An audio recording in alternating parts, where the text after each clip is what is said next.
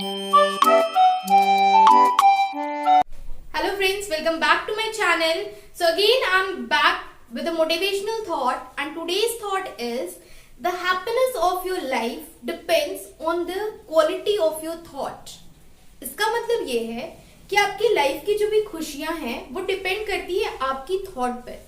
अगर आप हमेशा पॉजिटिव सोचते रहोगे, अगर हमेशा पॉजिटिव थॉट्स रखोगे तो आपकी लाइफ भी पॉजिटिव रहेगी। और अगर आप हमेशा नेगेटिव थॉट्स रखोगे अपने पास, अगर हमेशा नेगेटिव चीजों के बारे में सोचोगे तो कहीं ना कहीं आपकी लाइफ भी नेगेटिविटी की तरफ ही जाएगी। सो every time just have a positive thought and be positive in your life. So today we are going to start our session with the topic that is noun case. Today we will discuss noun and types of cases of noun. Okay, so let's proceed. So अभी हम discuss करेंगे noun cases. Cases कितने तरह के होते हैं, सबसे पहले हम वो देखेंगे types of cases. तो सबसे पहले हमारा जो है वो है subjective case, सेकेंड है ऑब्जेक्टिव केस, थर्ड है पॉजेसिव केस और फोर्थ है vocative case. These are the types of cases. ठीक है, अब हम सबसे पहले जानेंगे कि सब्जेक्टिव केस क्या होता है। तो जब भी हमारा नाउन किसी भी सेंटेंस में सब्जेक्ट की तरह यूज होगा, ठीक है, जब भी हमारा नाउन किसी सेंटेंस में सब्जेक्ट की तरह यूज होगा तो उसको हम सब्जेक्टिव केस कहते हैं, और इसी का दूसरा नाम है नॉमिनेटिव केस। ठीक है, जब भी हमारा नाउन सब्जेक्ट की तरह यूज होगा उसको हम सब्जेक्टिव केस कहेंगे, और सब्जेक्टिव केस का ही दूसरा नाम होता है नॉमिनेटिव केस। नेक्स्ट हमारा जो टॉपिक है वो है ऑब्जेक्टिव केस। ऑब्जेक्टिव केस के अंदर दो तरीके के केसेस होते हैं। ऑब्जेक्टिव केस बेसिकली वैसे केस को कहते हैं जहां पर हमारा नाउन जो है वो ऑब्जेक्ट की तरह सेंटेंस में यूज होता है।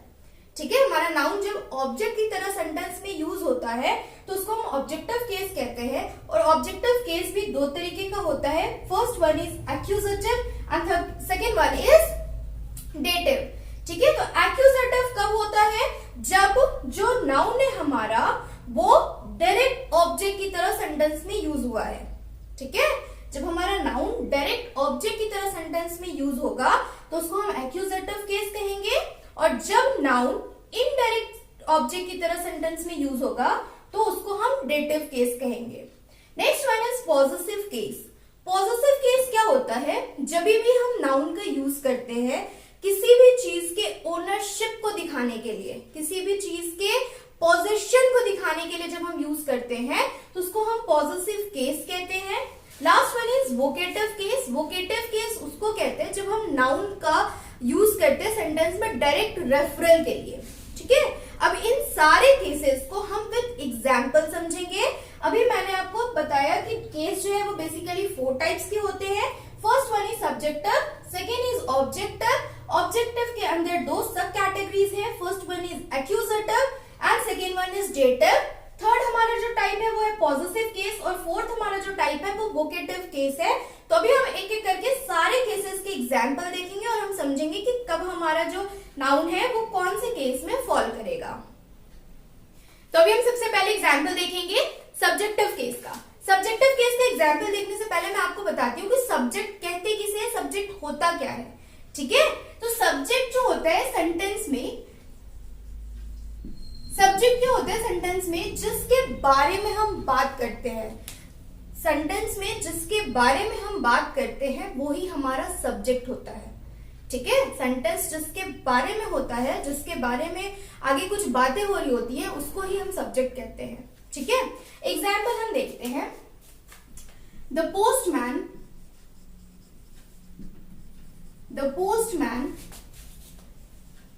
Brought me a letter. यहां पर मैंने एक सेंटेंस लिखा, the postman brought me a letter. इस सेंटेंस में हम बेसिकली बात किसके बारे में कर रहे हैं, हम बात यहाँ पर पोस्टमैन के बारे में कर रहे हैं। ठीक है, कि जो पोस्टमैन है उसने मेरे लिए एक लेटर लाया। ठीक है, तो यहाँ पर जो पोस्टमैन है हमारा वो सेंटेंस का सब्जेक्ट है, वो सेंटेंस का सब्जेक्ट है, क्योंकि अभी अभी मैंने बताया सब्जेक्ट किसे कहते हैं, जिसके बारे में हम बात करते हैं सेंटेंस में। ठीक है, तो या फिर आप इसको इस तरीके से भी समझ सकते हो कि सेंटेंस में एक्शन को करने वाला जो होता है, डूअर ऑफ द एक्शन, ठीक है, उसको हम सब्जेक्ट कहते हैं। लेकिन यहाँ पर एग्जाम्पल जो है, यहाँ पर एक्शन क्या है, कौन सा काम किया जा रहा है, यहाँ पर ब्रॉड लाने का काम किया जा रहा है, ठीक है। तो ये लाने का काम करने वाला कौन है, ये लाने का काम करने वाला ये पोस्टमैन है, क्योंकि पोस्टमैन ही लेटर ला रहा है, ठीक है। तो इस एक्शन का डूअर ये है, मतलब ब्रॉड जो एक्शन किया जा रहा है सेंटेंस में, उसको करने वाला पोस्टमैन है। तो इसीलिए पोस्टमैन जो है हमारा वो सब्जेक्ट है और ये सब्जेक्टिव केस कहलाता है, ठीक है, क्योंकि पोस्टमैन एक नाउन है और वो सेंटेंस में सब्जेक्ट की तरह यूज हुआ है। तो हम क्या कहेंगे कि पोस्टमैन जो है हमारा वो सब्जेक्टिव केस है, ठीक है। इसको हम नॉमिनेटिव केस भी कह सकते हैं। अब यहाँ नेक्स्ट चीज हमारा आता है ऑब्जेक्टिव केस, ठीक है। नेक्स्ट जो हमारा टॉपिक आता है वो है ऑब्जेक्टिव केस। अब इसमें हम पहचानेंगे कि ऑब्जेक्ट क्या है। अब ऑब्जेक्ट क्या होता है, तो ऑब्जेक्ट वो होता है जिस पर कुछ एक्शन होता है या जिसके लिए होता है, ठीक है, जिस पर कुछ काम किया जाता है या जिसके लिए किया जाता है उसको हम ऑब्जेक्ट कहते हैं। अब इसका मतलब क्या है, यहाँ पर जो एक्शन है ब्रॉट, ठीक है, ये लाने का जो एक्शन है वो किस पर किया जा रहा है, मतलब लाया क्या जा रहा है, लाने का काम हो रहा है लेटर पर, ठीक है, क्योंकि पोस्टमैन ला क्या रहा है, लेटर ला रहा है, ठीक है। तो ये एक्शन किस पर हो रहा है, लेटर पर हो रहा है। तो ये लेटर जो है हमारा ये डायरेक्ट ऑब्जेक्ट है।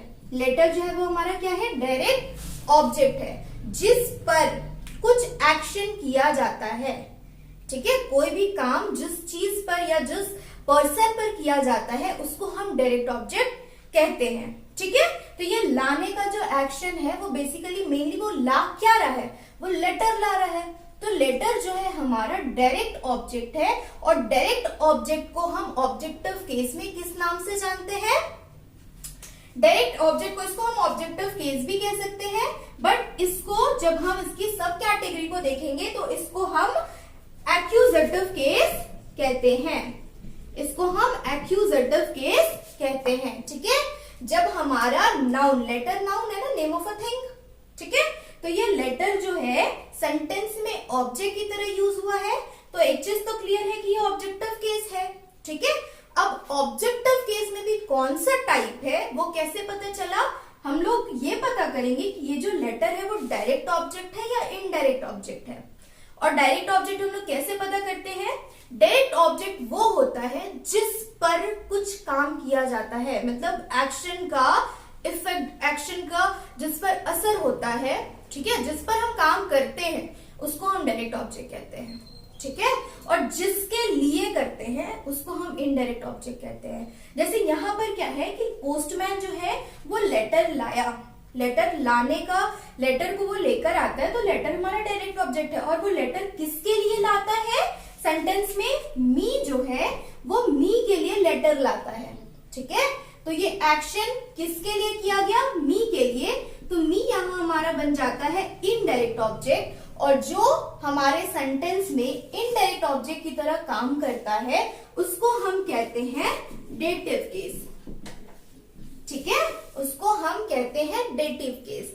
वैसे ये मी जो है वो है प्रोनाउन, ठीक है, बट इसके जगह पर कुछ नाउन भी अगर होगा तो उसको भी हम डेटिव केस कहेंगे, ठीक है। और कहीं भी अगर प्रोनाउन भी होगा इन सारे जगहों पर तो भी वो केसेस में इसी तरीके से डिवाइड होगा, ठीक है। लाइक अगर यहाँ पे पोस्टमैन की जगह मैं ही लिख दूं तो ही वैसे एक प्रोनाउन है, ठीक है, बट वो सेंटेंस में अगर सब्जेक्ट की तरह यूज हुआ है तो वो अभी भी सब्जेक्टिव केस ही कहलाएगा। अगर यहाँ पर लेटर की जगह मैं कुछ और लिख दूं और अगर वो प्रोनाउन होगा तो भी वो ऑब्जेक्टिव केस ही कहलाएगा, ठीक है। सो बेसिकली यहाँ पर हम लोगों ने दो चीज सीखा कि अगर कोई भी नाउन हमारे सेंटेंस में सब्जेक्ट की तरह आया है, मतलब अगर उसके बारे में हम कुछ बात कर रहे हैं तो that is subjective case. Subject पहचानने का एक और तरीका भी मैंने क्या बताया कि हम लोग ये फाइंड आउट करेंगे कि हमारे सेंटेंस का जो एक्शन है, जो काम है, उसको करने वाला कौन है, और हमारे सेंटेंस का जो एक्शन है उसको जो करने वाला है वो ही हमारा सब्जेक्ट होगा, ठीक है। नेक्स्ट हमने क्या देखा, ऑब्जेक्टिव केस। ऑब्जेक्टिव केस क्या होता है, जब कोई भी नाउन हमारे सेंटेंस में एज अ ऑब्जेक्ट आता है तो उसको हम लोग ऑब्जेक्टिव केस कहते हैं। अब ऑब्जेक्टिव केस में भी मैंने बताया कि दो टाइप्स होते हैं, ठीक है। First one is accusative, second one is dative. Accusative case कब कहते हैं, जब वो ऑब्जेक्ट जो है वो डायरेक्ट ऑब्जेक्ट होगा, ठीक है। और डेटिव केस कब कहते हैं, जब वो ऑब्जेक्ट जो है वो इनडायरेक्ट ऑब्जेक्ट होगा, ठीक है। अभी हम लोग कुछ और एग्जांपल्स देखेंगे इस सब्जेक्टिव और ऑब्जेक्टिव केस के। फॉर एग्जाम्पल मैं दूसरा एग्जाम्पल भी लेती हूं, लाइक अगर मैं लिख दूं the vendors sell mangoes, vendors sell mangoes. अब अगर मैं यहां पूछूं कि सब्जेक्ट क्या है, ठीक है, सब्जेक्ट क्या है, तो सब्जेक्ट को आप कैसे फाइंड आउट करोगे। आपका सबसे पहला काम होगा कि आपको पहचानना है कि आपके सेंटेंस में एक्शन क्या है, मतलब कौन सा काम किया जा रहा है। तो यहां पर इस सेंटेंस में बेचने का काम किया जा रहा है, सेल, राइट। अब हमारा सेकंड काम क्या है कि हम फाइंड आउट करेंगे कि इस काम को करने वाला कौन है, ठीक है। तो इस सेंटेंस में सेल का काम, बेचने का काम करने वाला ये वेंडर्स है, ठीक है। वेंडर्स ही सेल कर रहे हैं ना मैंगोज को, तो इस काम को करने वाले ये वेंडर्स हैं। तो इन वेंडर्स को हम कहेंगे हमारा सेंटेंस का सब्जेक्ट। तो ये वेंडर्स क्या है, सब्जेक्टिव केस है, ठीक है। अब मैं अगर बात करूं कि ये सेल करने का काम किस पर किया जा रहा है, मतलब ये सेल करने का जो काम है ये सेल किसको किया जा रहा है, ये बेचने का एक्शन जो है किस पर किया जा रहा है। वेंडर्स खुद को तो बेच नहीं रहा है ना, वो बेच किसको रहा है, मैंगोज को। तो ये एक्शन का इफेक्ट किस पर आ रहा है, मैंगोज पर, ठीक है। तो जब एक्शन का इफेक्ट जिस भी नाउन पर आता है वो कहलाता है ऑब्जेक्टिव केस। ये तो क्लियर है। अब अगर ऑब्जेक्टिव केस में भी हम लोग से कोई पूछे कि ये कौन से टाइप का ऑब्जेक्टिव केस है, तो हम लोग आइडेंटिफाई करेंगे कि ये डायरेक्ट है या इनडायरेक्ट है। कैसे पहचानेंगे, अगर वो एक्शन का इफेक्ट इस पर डायरेक्ट पड़ रहा है, बेचने का काम तो डायरेक्टली मैंगोज पे हो रहा है ना, मैंगोज को ही वो दूसरे को बेच रहा है, ठीक है। तो ये मैंगोज हमारा डायरेक्ट ऑब्जेक्ट है। डायरेक्ट ऑब्जेक्ट है तो उसको हम क्या कहेंगे, डायरेक्ट ऑब्जेक्ट को हम क्या कहते हैं, एक्यूजेटिव, ठीक है। अब मान लो कि हम लोग यहां लिख लेते हैं the vendors sell mangoes to Mohan. मैंने एक यहां पर नाम ऐड कर दिया कि वेंडर्स ने मैंगो सेल किया, और किसको सेल किया, मोहन को। तो ये जो सेल का एक्शन है वो किस पर हो रहा था, मैंगोज पर हो रहा था, बेचा वो मैंगोज को, ठीक है। किसके लिए बेचा, वो एक्शन को किसके लिए किया गया, वो मोहन के लिए किया गया, क्योंकि अगर मोहन उसको नहीं खरीदता तो वो बेचता ही नहीं, है ना। तो ये जो एक्शन हुआ वो मैंगोज पर हुआ, लेकिन किसके लिए हुआ, मोहन के लिए हुआ, ठीक है। तो मोहन हमारा होगा इनडायरेक्ट ऑब्जेक्ट, और जो इनडायरेक्ट ऑब्जेक्ट होता है उसको हम कहते हैं कि ये डेटिव केस होता है, ठीक है। अगर हमसे टाइप्स ऑफ ऑब्जेक्ट केस ना पूछे तो हम लोग डायरेक्टली अगर इसको ऑब्जेक्ट केस भी बताएंगे तो भी वो सही होगा, ठीक है। बट अगर आपसे पूछा जाता है कि which type of object case it is, तो वहां पर हम लोगों को ये आइडेंटिफाई करना होगा कि वो डायरेक्ट ऑब्जेक्ट है या इनडायरेक्ट ऑब्जेक्ट है। अगर डायरेक्ट ऑब्जेक्ट है तो हम लोग उसको एक्यूजेटिव बनाएंगे, अगर वो इनडायरेक्ट ऑब्जेक्ट है तो हम लोग उसको डेटिव बनाएंगे। अब आता है हमारा नेक्स्ट टॉपिक जो कि है possessive case. Possessive case basically ownership दिखाता है कि कोई भी चीज किसकी है या फिर किसको बिलोंग करती है। लाइक ये पेन जो है वो मेरी है, ठीक है, तो इस पेन की ओनर कौन है, मैं, है ना। तो पॉजेसिव केस जो होता है वो ओनरशिप दिखाता है या फिर पोजीशन दिखाता है कि कोई भी चीज जो है वो किसको बिलोंग करती है। पॉजेसिव केस कैसे बनाते हैं हम लोग, कभी कभी पॉजेसिव केस सिर्फ एपोस्ट्रॉफी जोड़ के बनता है, ठीक है। ये वाले जो साइन है ना इसको हम एपोस्ट्रॉफी कहते हैं। कभी कभी ये एपोस्ट्रॉफी एस जोड़ के बनता है, ठीक है, और कभी कभी ये ऑफ करके भी बनता है। कभी कभी ऑफ के यूज से भी हम पॉजेसिव केस बनाते हैं। अब क्या क्या कंडीशंस है कब हम ये यूज करेंगे, ठीक है, कब हम इसका यूज करेंगे और कब हम इसका यूज करेंगे, वो हम एक एक करके अभी देखेंगे। तो हमारा जो फर्स्ट रूल है वो है कि पॉजेसिव केस हम बनाते हैं एपोस्ट्रॉफी एस जोड़ के, ठीक है। एपोस्ट्रॉफी एस जोड़ के हम पॉजेसिव केस बनाते हैं। कब? जब भी किसी भी सिंगुलर नाउन को पॉजेसिव फॉर्म में चेंज करना होगा, जब भी किसी सिंगुलर नाउन को पॉजेसिव फॉर्म में चेंज करना होगा तो वहां पर हम एपोस्ट्रॉफी एस लगाएंगे।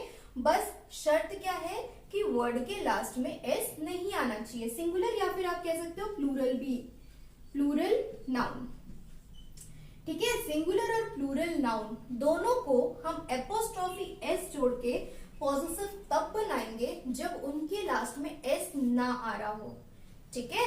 फॉर एग्जाम्पल, अगर मैं एग्जाम्पल की बात करूं, मैं यहां लिखती हूं बॉय, ठीक है, बॉय। तो ये बॉय जो है वो सिंगुलर नाउन है। इसका जब हम लोग को पॉजेसिव फॉर्म बनाना होगा तो हम लोग क्या करेंगे, BOY एपोस्ट्रॉफी एस, बॉयज, ठीक है। ये इसको पढ़ेंगे हम बॉयज, प्लूरल फॉर्म की तरह ही इसका प्रोनाउंसिएशन होता है, बट इसका मतलब होता है लड़के का, ठीक है। लाइक मैं अगर पूरा लिख लूं बॉयज पेन, तो लड़के का पेन। अगर मैं लिखूं गर्ल्स, ठीक है, मैंने लिखा गर्ल्स। अब यहाँ पर आप देखो कि ये गर्ल्स जो है वो प्लूरल फॉर्म है, ठीक है।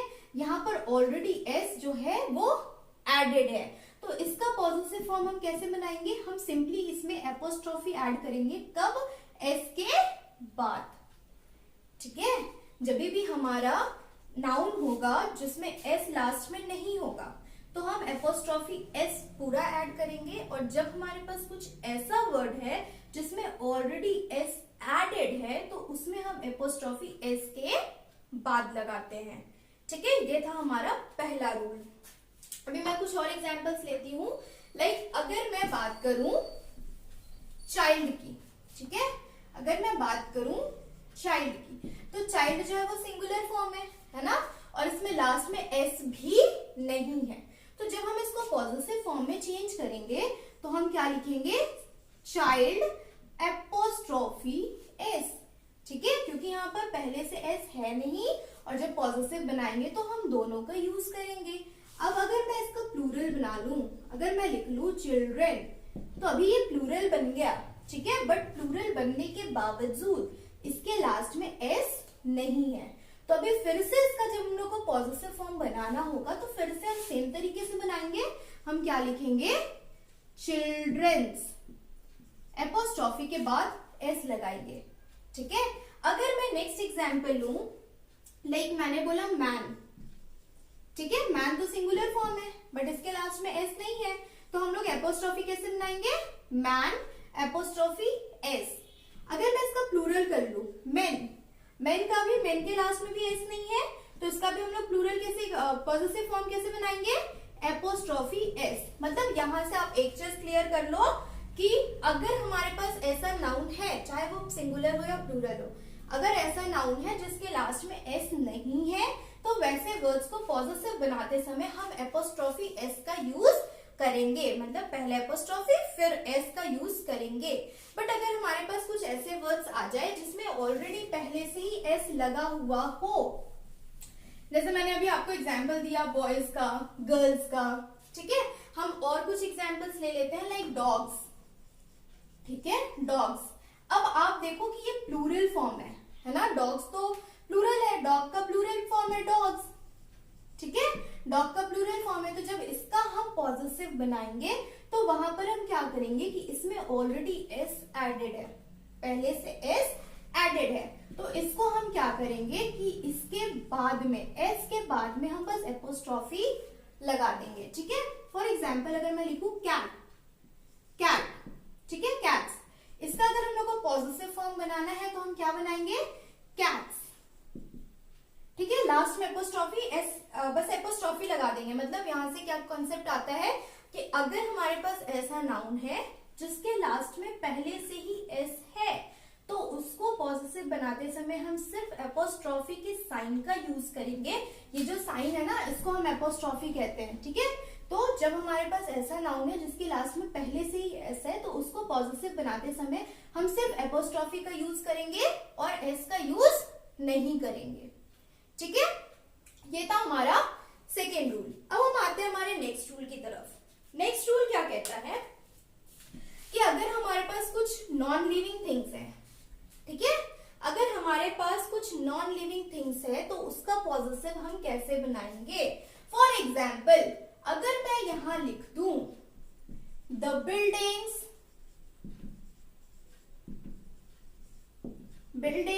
हाइट, बिल्डिंग की हाइट, ठीक है, अगर मैं यहां पर लिख दूं कि the buildings height, building singular है, ठीक है, एपोस्ट्रोफी एस लगाकर मैंने पॉजेसिव बना दिया, अकॉर्डिंग टू रूल ये भी ठीक है, हाइट। बट यहां पर एक एरर है, वो एरर क्या है कि जब भी हम लोग किसी नॉन लिविंग थिंग का पोजीशन दिखाते हैं वहां पर हम एपोस्ट्रोफी एस का यूज नहीं करते हैं, ये गलत है, ठीक है। जब हम किसी नॉन लिविंग थिंग का पोजीशन दिखाएंगे तो उसको हम कैसे लिखेंगे, the height of building, the height of building, ये सही है, ये गलत है, ठीक है। मतलब अगर नॉन लिविंग थिंग का पोजीशन दिखाना है तो हम क्या यूज करेंगे, ऑफ का यूज करेंगे, ना कि एपोस्ट्रोफी एस का यूज करेंगे। फॉर एग्जाम्पल अगर मैं बात करूं कि इस पेन की कलर, तो हम क्या बोलेंगे, हम लोग सिंपली ये बोल सकते हैं ना कि द पेन्स कलर, बोल सकते हैं ना, बट ये गलत है, ठीक है। हम पेन तो नॉन लिविंग ऑब्जेक्ट है ना, तो नॉन लिविंग ऑब्जेक्ट के साथ हम एपोस्ट्रोफी तो यूज कर ही नहीं सकते, हम लोग क्या लिखेंगे, the colour of pen, the colour of pen. यहां से क्या कंसेप्ट निकल के आया कि अगर आपको किसी नॉन लिविंग थिंग का पोजीशन दिखाना है, ठीक है, नॉन लिविंग थिंग को पॉजिटिव फॉर्म में चेंज करना है, तो वहां पर आप एपोस्ट्रोफी एस यूज ना करके ऑफ का यूज करोगे, ठीक है। अगर आप एपोस्ट्रोफी एस यूज करते हो नॉन लिविंग थिंग के साथ, then that is absolutely wrong. जब भी हम लोग नॉन लिविंग थिंग का पोजीशन दिखाएंगे वहां पर हम यूज करेंगे ऑफ का, ना कि एपोस्ट्रोफी एस का।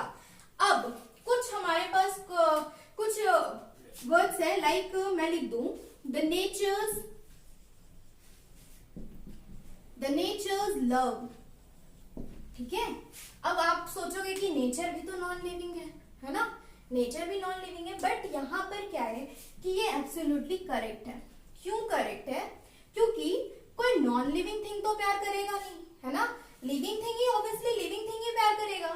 तो नेचर को हम लोगों ने पर्सोनिफाई किया, नेचर को हम लोगों ने पर्सन की तरह ट्रीट किया, ठीक है, नेचर को हमने पर्सन की तरह ट्रीट किया, इसलिए हमने यहाँ पर एपोस्ट्रोफी एस लगाया, ठीक है। अगर मैं बोलूं कि टेबल्स लव, तो क्या टेबल तो नॉन लिविंग ऑब्जेक्ट है, वो तो लव कर ही नहीं सकता ना, ठीक है। फीलिंग्स जो होती है वो तो इंसान के पास होती है, फिर लिविंग बीइंग के पास होती है, ऑब्जेक्ट के पास तो फीलिंग होते नहीं है, और love is a kind of feeling. तो ये फीलिंग के लिए हमने इस नेचर को पर्सोनिफाई किया, मतलब उसको एज अ पर्सन हमने ट्रीट किया, इस वजह से हमने यहाँ पर नेचर्स लव लिखा, ठीक है। अभी और अगर मैं एग्जाम्पल लूं तो एग्जाम्पल हो सकता है डेथ्स डोर, डेथ्स डोर, ठीक है, मौत का दरवाजा। मौत तो किसी ने देखा नहीं है ना, बट इस डेथ को हम लोगों ने पर्सोनिफाई किया। दरवाजा किसका होता है, किसी नॉन लिविंग थिंग का तो दरवाजा होता नहीं है ना, दरवाजा तो हमारे घर का होता है या किसी एनिमल का होता है, ठीक है। तो ये जो डेथ है इसको हम लोगों ने पर्सोनिफाई किया, एज अ पर्सन हमने इसको ट्रीट किया, जिस वजह से हमने यहाँ पर एपोस्ट्रोफी एस यूज किया, दैट इज एब्सोल्युटली करेक्ट, ठीक है। तो पॉजिटिव नाउन बनाने के हमने यहाँ पर 4 रूल्स देखे। वो 4 रूल क्या है कि अगर हमारे पास कोई भी ऐसा नाउन है जो कि सिंगुलर है या प्लूरल है, उससे फर्क नहीं पड़ता है, अगर हमारे पास कोई ऐसा नाउन है जिसके लास्ट में एस है, अगर उसमें पहले से एस है तो हम सिर्फ एपोस्ट्रोफी लगाएंगे लास्ट में, हो गया, ठीक है, बन गया वो पॉजिटिव फॉर्म। अगर हमारे पास कोई ऐसा नाउन है जिसके लास्ट में एस नहीं है, चाहे वो सिंगुलर हो चाहे वो प्लूरल हो, उसमें हम क्या करेंगे, एपोस्ट्रोफी के बाद एस भी लगा देंगे, ठीक है। और अगर हम लोगों को किसी नॉन लिविंग थिंग के बारे में बात करना है, नॉन लिविंग थिंग के पोजीशन को दिखाना है, तो वहां पर हम एपोस्ट्रोफी का यूज ना करके ऑफ का यूज करेंगे, ठीक है।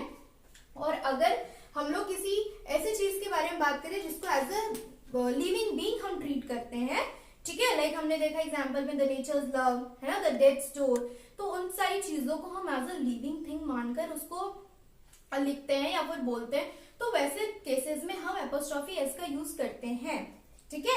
अब आप यहाँ पर एक डाउट होगा कि हम लोग नॉन लिविंग थिंग के बारे में तो बात कर लिए कि नॉन लिविंग थिंग में ये गलत होता है, ये सही होता है, तो क्या लिविंग थिंग में हो सकता है कि ये गलत हो ये सही हो, ठीक है। क्योंकि अगर नॉन लिविंग थिंग में ये गलत है तो लिविंग थिंग में ये सही होगा, ये गलत होगा, बट ऐसा नहीं है। लिविंग थिंग के केसेस में आप दोनों लिख सकते हो, ठीक है। अगर मैं एग्जांपल बात करूं, राम्स बुक मतलब राम की किताब, एपोस्ट्रोफी यूज किया मैंने, ये भी बिल्कुल सही है। और अगर मैं लिख दूं the book of Ram, the book of Ram, तो ये भी सही है। दोनों फॉर्मेशंस लिविंग बीइंग के लिए सही होते हैं, ठीक है। बट अगर मैं लिख दूं बुक्स कवर, बुक की कवर, तो बुक तो नॉन लिविंग थिंग है ना, तो नॉन लिविंग के साथ एपोस्ट्रोफी गलत हो जाएगा। हमें क्या लिखना होगा, द कवर ऑफ बुक, ठीक है। अब आप एक चीज नोटिस कर रहे होंगे कि हमारे फर्स्ट सेंटेंस में मैंने यहाँ पर द नहीं लिखा, लेकिन इसको जब मैंने ऑफ करके बनाया तो मैंने यहाँ पर द यूज किया, फिर से मैंने यहाँ पर द नहीं लिखा और यहाँ पर मैंने द यूज किया। तो यहां से एक आपकी रूल निकल के आती है कि अगर हम पॉजिटिव केस बनाते हैं ऑफ के साथ, ठीक है, अगर हम पॉजिटिव केस बनाते हैं ऑफ के साथ, तो वहां पर द यूज करना नेसेसरी है, ठीक है। अगर हम पॉजिटिव केस बनाते हैं ऑफ के साथ तो वहां पर द यूज करना जरूरी है, ठीक है। So this was all about positive case. अब हम आते हैं हमारे लास्ट केस की तरफ। लास्ट केस जो है वो है हमारा वोकेटिव केस, ठीक है। लास्ट केस जो है वो है हमारा वोकेटिव केस। वोकेटिव केस क्या होता है, वोकेटिव केस जब हम किसी पर्सन को डायरेक्ट रेफरल करते हैं सेंटेंस में, ठीक है, डायरेक्ट रेफरल। डायरेक्ट रेफरल से आप क्या समझते हो, मान लो कि मैंने एक सेंटेंस लिखा, Ram comma please help me, Ram please help me. यहां पर मैंने राम को स्पेशली इंडिकेट किया है, ठीक है, मैंने उसको डायरेक्टली बोला है कि राम प्लीज मेरी मदद करो, ठीक है। तो ये जो राम है उसको मैंने डायरेक्ट रेफरल किया है, ठीक है। तो ये जो ऐसे केसेस होते हैं इसको ही हम वोकेटिव केस कहते हैं। फॉर एग्जाम्पल, आप अपनी जब भी भूख लगती है ना, आप क्या कहते हो, मम्मी, उसके बाद क्या करते हो, I am hungry, I am hungry, ठीक है। तो यहाँ पर मम्मी को आपने डायरेक्ट रेफरल किया, ठीक है, उनको डायरेक्टली आपने आवाज दी, डायरेक्ट रेफरल किया, तो वैसे केसेस को हम वोकेटिव केस कहते हैं, ठीक है। So this was all about 4 types of cases, and still if any one of you have any doubt, you can comment in the chat box and I'll try to clear your doubts definitely in my next video.